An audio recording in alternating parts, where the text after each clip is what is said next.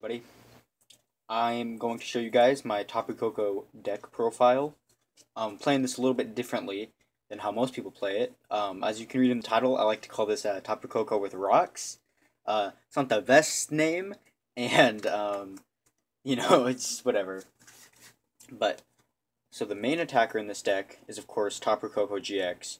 I'm not going to go into a lot of detail because if you looked up a deck profile, I'm sure you know a lot of the advantages or why you would want to play this. But briefly, the reason you play this is the ability Arrow Trail. When you play this card onto your bench, you can move any number of electric energies from any of your Pokemon and attach them to Tapu Koko. If you do this, Tapu Koko will become your active Pokemon. This is really good because you can spread energies across the board with max elixirs and attaching for turn, and just constantly keep a flow of attackers. If he gets damaged, you can just put a new one down, switch him to the bench. With some other cards you'll see, heal him. So yeah, really cool card, and we play 3 of these. I need one more full art, but yeah, so I play 3 of these. Tapu Koko. I play 1 Jolteon. Now this is pretty basic. I think any Tapu Koko list you're gonna see is gonna run 3 to maybe even 4. I like 3 though, and 1 Jolteon. This is really good for the mirror match. This is really good against Yveltal, good against Darkrai and Darkrai Dragons. To be honest, I don't know how prominent those are going to be moving forward. But I think the Jolteon is still really important. It can win you matches in it can give you a win condition. Its Flash Ray attack to 70 damage, and it cannot be damaged by basic Pokemon. So just really good attacker right there. Next up, we've got some support Pokemon. We have Tapu Lele. When you play this to your bench with the ability Wonder Tag, you can search your deck for a supporter card, put it into your hand. This is pretty basic. I'm only playing 1 just because I only own 1. I might even bump this up to 2, but at your own discretion. And its attack is actually pretty decent too. Energy Drive for 2 colorless does 20 damage times the amount of energy attached to both active Pokemon. This can come in handy. It came in handy for me at a tournament just that I played in tonight. I went 2-3. Not great, but I think the whole reason I wanted to do this is I got a lot of compliments for my tech. So the rocks. Next up is 1 Shaman. Similarly to Tapu Lele, I'm only running 1 because I have 1. But in this scenario, I think 1 is fine. For the setup ability, when you play this to your bench, you can draw cards up until you have 6 cards in your hand.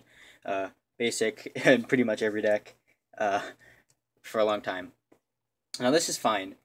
So now the next really big thing for Tapu Koko is especially you need bench warmers. You need people to sit on the bench to get attached to get max elixir to. So you always have a flow of energies for your Tapu Kokos to pick up when they Arrow Trail. And a lot of people, again, I played in a tournament tonight, and I think there was 4 other people playing there, and they were all playing these. They were playing these Raikus. And for what it is, it's fine. I don't like it though. I'm not playing these. As you can see, these are in pink sleeves. This is not in this deck profile. This is what a lot of people are using. That's fine. I don't like it. What I'm using is I'm using some rocks. So right now, right here, I'm playing 2 of the promo Regirocks. These came out around the same time as Roaring Skies. They're XY promo 49. And this guy is really cool. So he has Omega Barrier, which doesn't count as an ability, which is really good for this deck. So basically what what Omega Barrier does is when this Pokemon, basically when this Pokemon is on the field, it is not affected by any, let me just make sure, but is not affected by any trainer cards, that your opponent plays. This is really good. This means that this guy cannot be Lysandered if he's on the bench. If your opponent plays Crushing Hammer, they cannot discard energy attached to him. So this is the perfect bench sitter for Tapu Koko. He's there, you can attach energies to him. He's always there when you need to Arrow Trail to get another attacker up. He can't be Lysandered up because he only has 110 HP. It's not a lot of HP. But he's always there. He can't be Lysandered, he can't be Crushing Hammered. Really, really cool guy. Great for this deck. And I run 2. You might be able to cut it down to 1. But I just like that in case they're prized. In case one gets prized. And similar, I can't speak.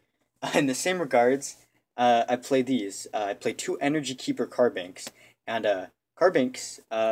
You're probably familiar with the Safeguard one that prevents damage done to it by EXs, and that saw a lot of play. But this Carbink came out in the same set as this and didn't really get any love. So its ability, Energy Keeper. Basic energy attached to your basic Pokemon can't be discarded by effects of your opponent's attacks, abilities, or trainer cards. And now, some people might say that running both of these is redundant. I do not think so at all. Regirock is there as a bench sitter. He's there to have energies, so whenever you need them, you can bring them up with Tapu Koko. Carbink keeps the energy safe while they're on your Tapu Koko, on your Jolteon, or on your Tapu Lele if you're attacking with them. They can't be crushing hammered. I don't play any special energies, but if you were playing with Evolution's Electrode, they can't crushing hammer that off. So this guy is really great. Keeps your current attacker safe and being able to attack. And you're never going to attack with these guys. You can't. You don't play any fighting energy. So those are all the Pokemon, and that's sort of what makes this deck different.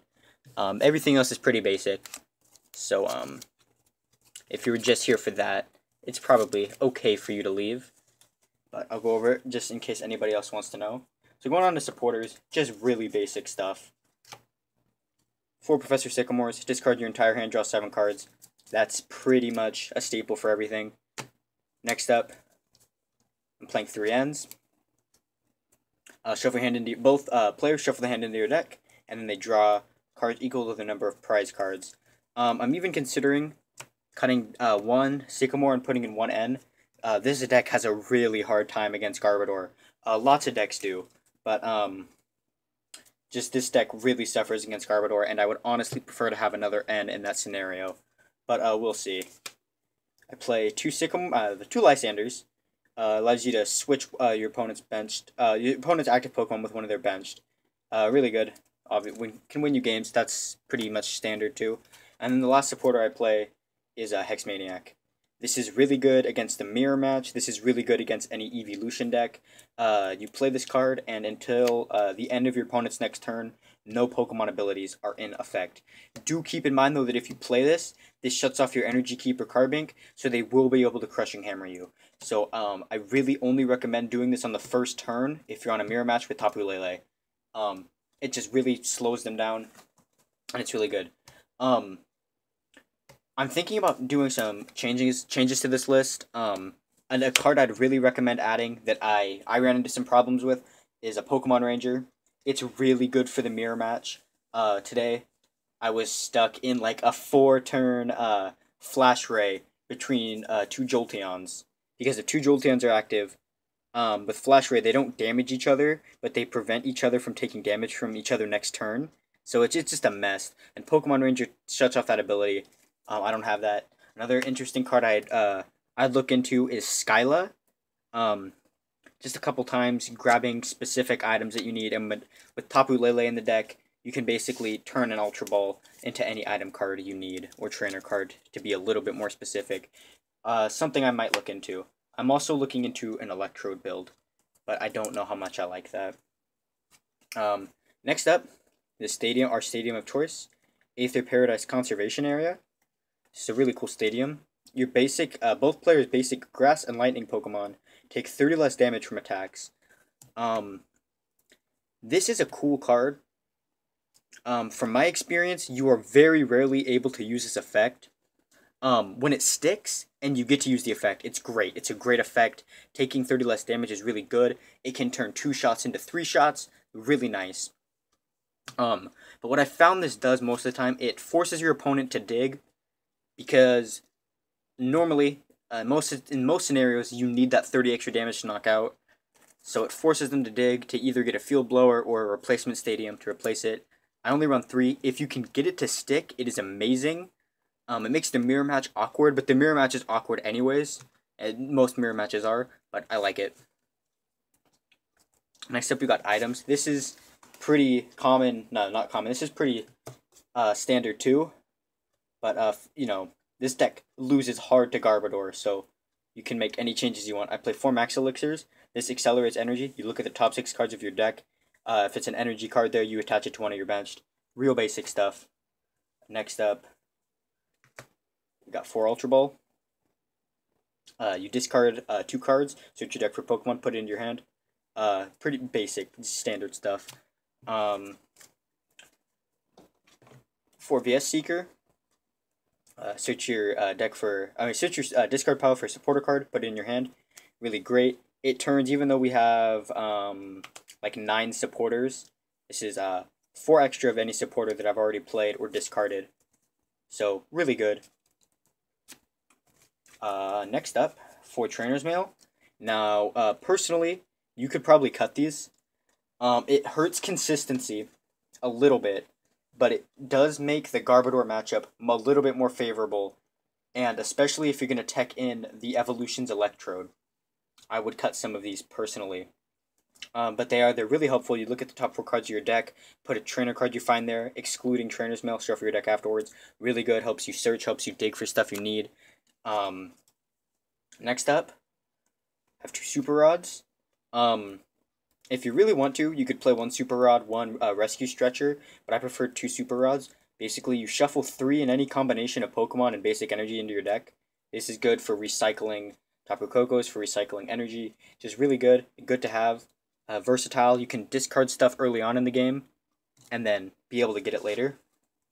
Next up, moving on to the tools, it looks like. I play 2 Fighting Fury Belts. I don't play any Choice Bands in this build, because you're 2-shotting things anyways. So in this scenario, I'd like to have the extra HP Fighting Fury Belt when it's attached to a basic Pokemon. It gives them 40 extra HP, and they do 10 more damage. I prefer it over Choice Band because you're 2-shotting things anyways, so Choice Band really doesn't matter. And then next up is EXP Share. You throw these onto your Regirocks, onto your Tapu Lele, onto your Jolteon. Basically, when your Pokemon gets knocked out, your active Pokemon gets knocked out, you can take an energy card attached to it and attach it to whatever Pokemon this is attached to. So just really good, keeps energy alive and on the board. Play 1 Field Blower. You could bump this up to 2. You really only need 1 though, in my opinion. This is really useful in the Garb matchup. So in that scenario, I think you might want to bump it up to 2, and it's one of the reasons I think running Skyla would be okay. But you choose 2 in any combination of stadiums and Pokemon tool cards in play. Discard them, just really useful. And then 2 Max Potion. Super Scoop Up is being reprinted in Burning Shadows, Sun and Moon 3, and when that comes out, I will probably replace these with Super Scoop Ups. But basically, what this does, because Tapu Koko is constantly recycling itself with its ability, you can use these to heal it, so they're not easy Lysander targets for late game. That's why I run those. And then, I guess I don't really need to clean this up. The last thing we run is 12 energy. 1, 2, 3, 4, 5, 6, 7, 8, 9, 10, 11, 12. Yep, 12 energy. I actually thought I only played 10. I didn't know it until I came and I was showing off the deck to some people at League. But yeah, I apparently play 12. That's really nice. It's a really nice amount. You can hit your elixirs more often. You don't have to worry about discarding energy so much. And I have this really nice one from Fire Red Leaf Green. But yeah, just 12 energies. I got the cool Ampharos one too. But that's it. Just cards that would be interesting to look more into is Electrode from Evolutions. I've said that maybe 3 times, but I think it's really interesting. Other people that were playing this tonight had Electrodes, and I think it's interesting. I think it makes the Garbodor matchup much more favorable. But the Garbodor matchup is already pretty poor, so you know, your discretion. I think Pokemon Ranger is really good in this. Almost necessary for the mirror match. And some stuff. Now you might be asking, if I'm thinking about changing it, why would I make this deck profile? The reason I'm doing so is that in the tournament I played tonight, this thing was really consistent. It was never clogged. I never bricked. Just really, really consistent, and I think it's a really good base. If this is an archetype you want to try out. But yeah, this right here, this is the bread and butter. This is what makes it special. A Tapu Koko on the rocks. So yeah, if you guys enjoyed this, please like it and share it around. The whole reason I wanted to make this video is a lot of people like, hey, that's a really cool idea. So I wanted to Wanted to spread it around because I'm all about making the game a little bit more fun, and if we can have a diverse game with a lot of different decks running around, I'd be fine. It's basically death to Garb is what I'm saying. Anyways, guys, thanks for watching. Bye.